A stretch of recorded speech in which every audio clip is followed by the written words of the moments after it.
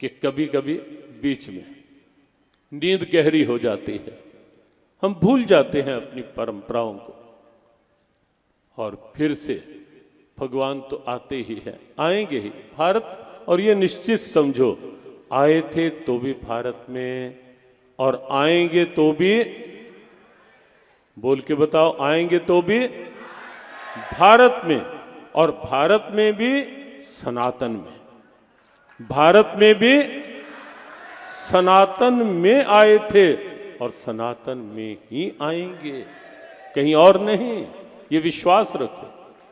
लेकिन एक बात और है, भगवान तो आएंगे, लेकिन बीच बीच में जब उन्हें लगता है कि अभी, जैसे कहीं किसी फैक्ट्री मालिक को लगता है, हमारे से किसी ने एक बार पूछा कि आपके यहाँ भगवान को आने की क्यों जरूरत पड़ती है, स्वयं आने की क्यों जरूरत, क्यों आते हैं वो।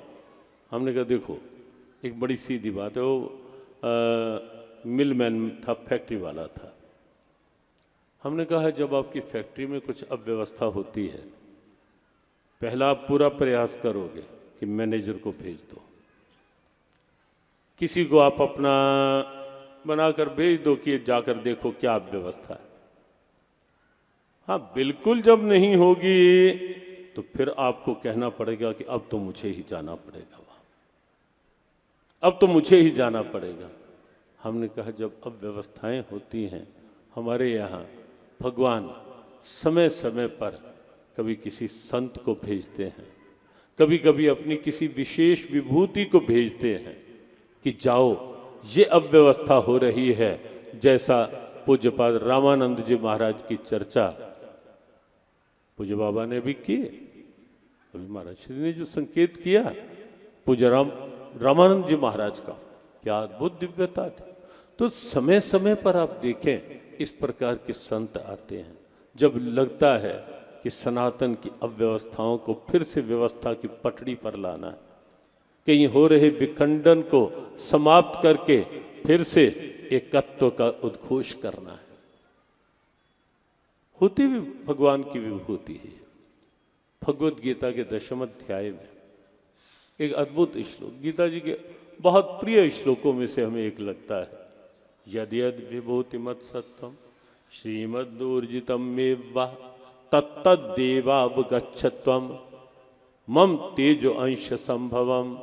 पार्थ, तो जहां भी कहें कोई विशेष विभूति देखता है, नीति देखता है, शक्ति देखता है, कुछ करने की क्षमता देखता है, कुछ करने का संकल्प देखता है, पार्थ तो ऐसा समझ वो मेरे ही तेज का एक अंश उसमें प्रकट हुआ है, वह कार्य करने के लिए। मम तेजो अंश सम, उसमें दोनों बातें हैं। एक बात तो ये है कि भगवान स्वयं किसी के अंदर ऊर्जा जगाकर, अब कार्य अपना उन्हीं का है, सनातन का ही, वो करवाना चाहते हैं।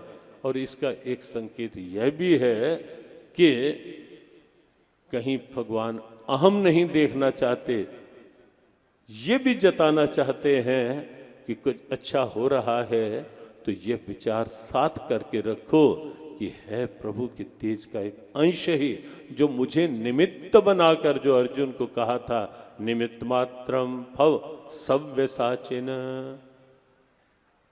सव्यसाची, बाएं हाथ से तीर चलाने में सक्षम थे अर्जुन। उसका एक अर्थ महापुरुष ये भी लेते हैं कि भाई दायां हाथ तो मेरा ही है, बायां हाथ तेरा है, दायां हाथ अर्थात उसके पीछे ऊर्जा मेरी ही काम कर रही है। पार तो भगवान स्वयं कहीं ना कहीं कुछ करवाना चाहते हैं।